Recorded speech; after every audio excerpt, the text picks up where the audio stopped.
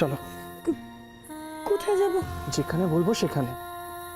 কিন্তু আপনার ঘরে তো আমার যাওয়া বারণ স্যার। আবার আপনি? বলেছি না তুমি বলতে, আর স্যার নয়, আদি। ঠিক আছে? আচ্ছা আচ্ছা, ভুল হয়ে গেছে।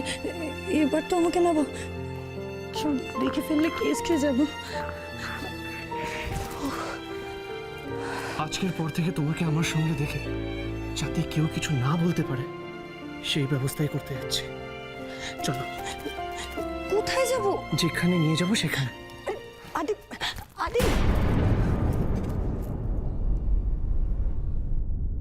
গো,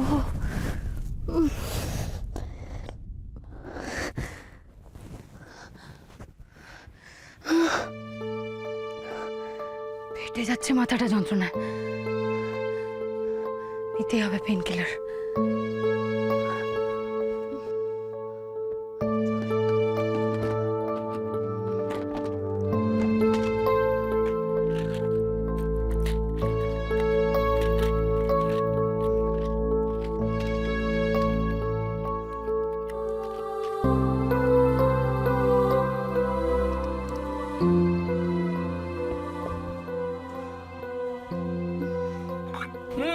কি খাচ্ছেন এগুলো? কি ওষুধ খাচ্ছেন?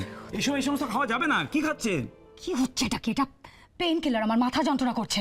না, আপনি খাবেন না। এখন আপনি একা নন, ঠিক আছে? হ্যাঁ, এই সমস্ত উল্টোপাল্টা ওষুধ খাবেন না। আপনার ভিতরে একটা সন্তান রয়েছে, আপনি মা হতে চলেছেন। কি অদ্ভুত, তার কথা ভাবতে হবে না? এখন চলবে না এগুলো খাওয়া।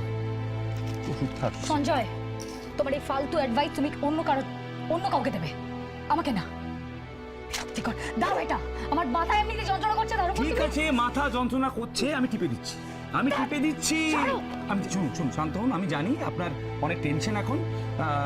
স্যারের এরকম একটা কন্ডিশন, নার্সিংহোমে ভর্তি, তার মধ্যে আপনি টেন্স, টাকা পয়সা নিয়ে একটা ক্রাইসিস চলছে, তারপরে এরকম একটা ঘটনা ঘটেছে। আমি জানি আপনার অ্যাসিড হয়ে গেছে। আমি ঠিক করেছি। ম্যানেজারের সাথে সাথে বুঝি এবার ডাক্তারিটাও করা শুরু করেছো?